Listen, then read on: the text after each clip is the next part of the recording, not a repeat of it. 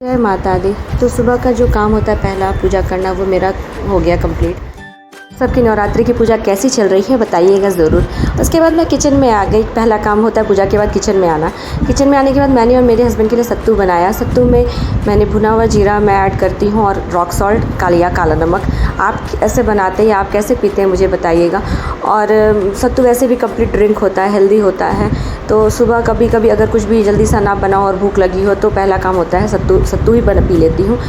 मेरे बच्चे भी पी लेते हैं। उसके बाद वॉशिंग मशीन लगा दिया। वॉशिंग मशीन लगाने के बाद फिर मैं किचन में आ गई और दोपहर का खाना बनाना था, तो टमाटर पकने को चढ़ा दिए और दाल चढ़ा दिए और चावल चढ़ा दिए। तो पहले स्टील के बर्तन अपने यूज़ नहीं होते थे, लेकिन अब खाली स्टील के बर्तन ही यूज़ होते हैं और मैं भी वही यूज़ करती हूँ। और ये जो लाइटर है ना, ये बड़ा अच्छा है। ये आप इसको ये कर सकते हैं, फिर से रिचार्ज कर सकते हैं।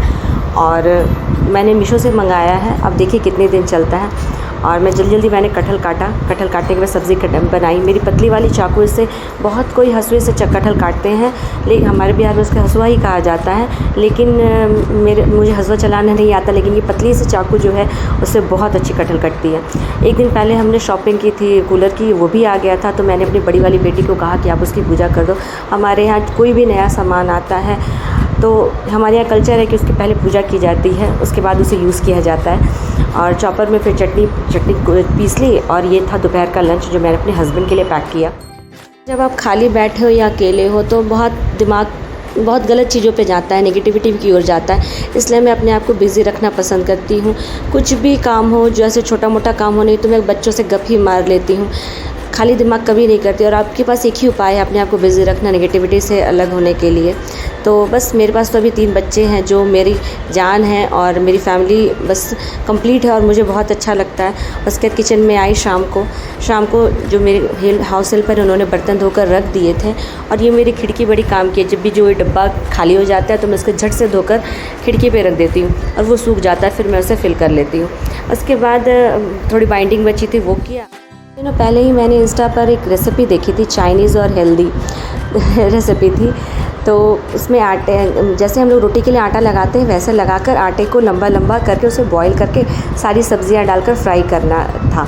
तो मैंने अपने बच्चों से डिस्कस किया तो उन्होंने बोला ठीक है। तो मेरे पास सारी सब्जियां पड़ी हुई थी, शिमला मिर्च, गाजर, बंद गोभी, प्याज। तो सारा चीज़ को मैंने जल्दी से चॉप किया। और मैं सारी सब्जियों के जो छिलके होते हैं उन्हें फेंकती नहीं हूँ, उन्हें मैं रख देती हूँ। और जो सुबह दूध वाले अंकल आते हैं तो उन्हें मैं दे देती हूँ गाय के लिए। रोड में या डस्टबिन में फेंकने से वेस्ट ही हो जाते हैं। और अगर मैं इनको, जो मेरे दूध वाले अंकल आते हैं, उनको दे देती हूँ तो वो उसे खिला देते हैं, तो वेस्टेज में नहीं जाता है। इन सब को चॉप करने के लिए छीलकर अलग रख दिए, चॉप करना था बचा। उसके बाद मैंने साइड बाय साइड मैंने सोयाबीन उबालने के लिए रख दी है, तो पूरा ही हेल्दी बना दिया था मैंने। उसके बाद आटा लगा लिया था। यहाँ मैंने आटा लगाकर मैंने गर्म पानी करने के लिए पानी चढ़ा दिया, एक मोटे तली वाले बर्तन में, ताकि वो सटे नहीं। और उसको लोइयाँ काटकर, छोटी लोइयाँ काटकर लंबा नूडल्स की तरह, नूडल्स नहीं कहेंगे, पतले नहीं थे, वो मोटे ही थे। कोई भी शेप दे सकते हैं, जैसे हम लोग दल पिट्ठी में बनाते हैं ना, आप ऐसा भी शेप, कुछ भी शेप दे सकते हैं। बस बॉयल तो करना है, पका लेना है बॉयल करके।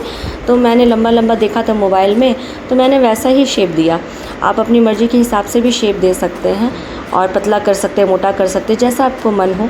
उसके बाद मैंने इधर सोयाबीन हल्का सा तेल डालकर सोयाबीन को फ्राई करके निकाल लिया।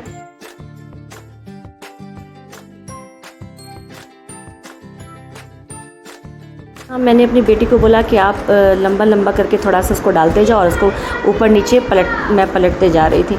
और दूसरी कढ़ाई में मैंने तेल लेकर सारे जो ग्रेटेड हरी मिर्च, लहसुन और अदरक का जो मैंने ग्रेट किया था ग्रेटर में, उसको मैंने डालकर उसको फ्राई किया। उसके बाद जो सब्ज़ियाँ मैंने काटी थी, चॉप की थी, उन सब्ज़ियों को पहले पत्ता गोभी, गाजर, शिमला मिर्च, प्याज, जो मेरे पास सब्ज़ी अवेलेबल थी वो मैंने डाला और उसको फ्राई किया।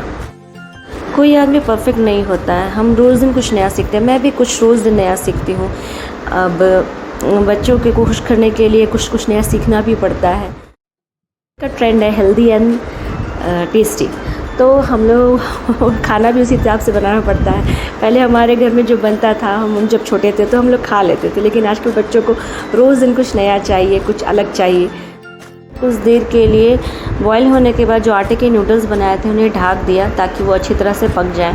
उसके बाद उन्हें ठंडे पानी से धोकर छानकर रख दिया और सब्ज़ियां फ्राई कर रही थी।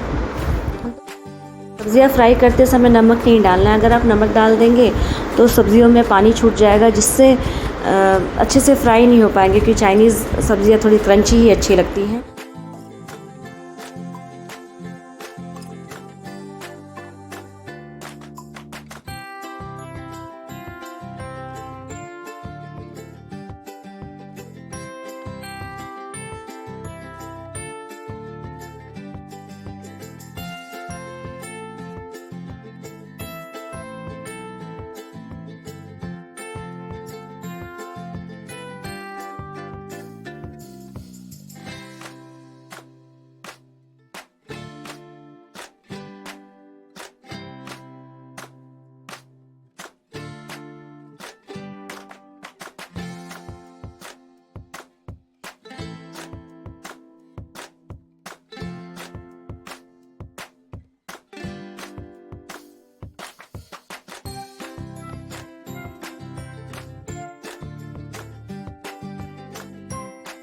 मैंने इसमें डार्क सोया सॉस और टमाटो सॉस ऐड किया।